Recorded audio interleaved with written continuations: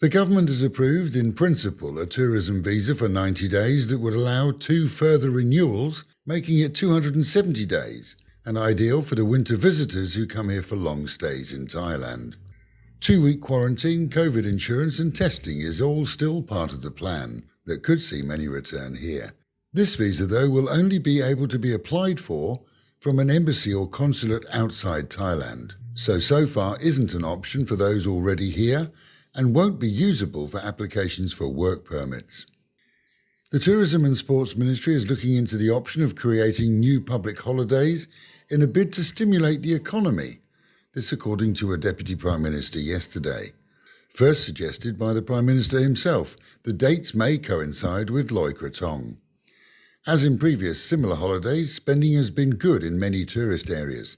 However, the downfall has been Thai nationals with limited spend. It could be seen as robbing Peter to pay Paul, as a 4-day holiday is often followed by weeks of virtually no tourism or spending at all.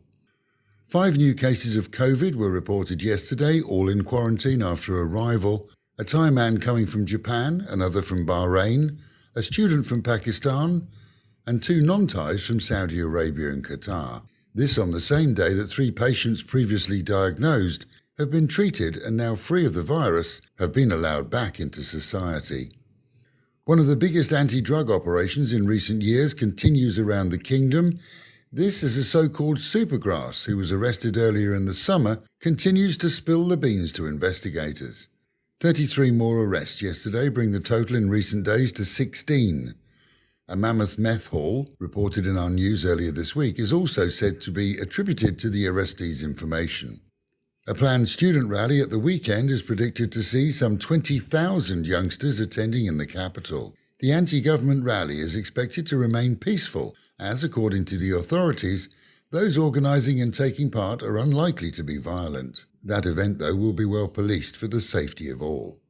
No word on how Australian police knew where to look, but 600 litres of methamphetamines, said to have originated in Thailand, were discovered hidden in imported cartons of coconut milk in Sydney. Authorities allowed the cans to continue to their destination and then nabbed the 2 people who received them, and cops say that a haul of this size has to have been funded by organised crime.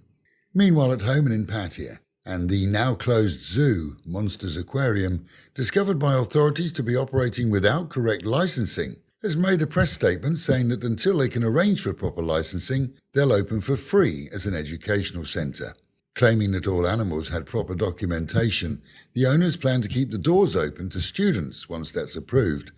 And a bank robbery in the city wasn't what it seemed. Many members of the public witnessed armed robbers leaving a bank with a stash of cash before being nabbed by police. But it was a drill.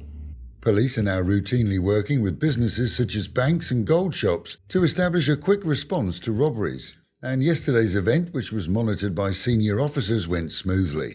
And with the reminder, amidst masks and meters, wash your hands, wear a mask and keep social distancing, and the Met Office promising highs today at 31, dropping down to 26 and a few stray storm clouds still around for much of the day. That is the local and national news from Fab FM. For videos and, of course, to keep up with Fabulous Pattaya, visit alwayspattaya.com.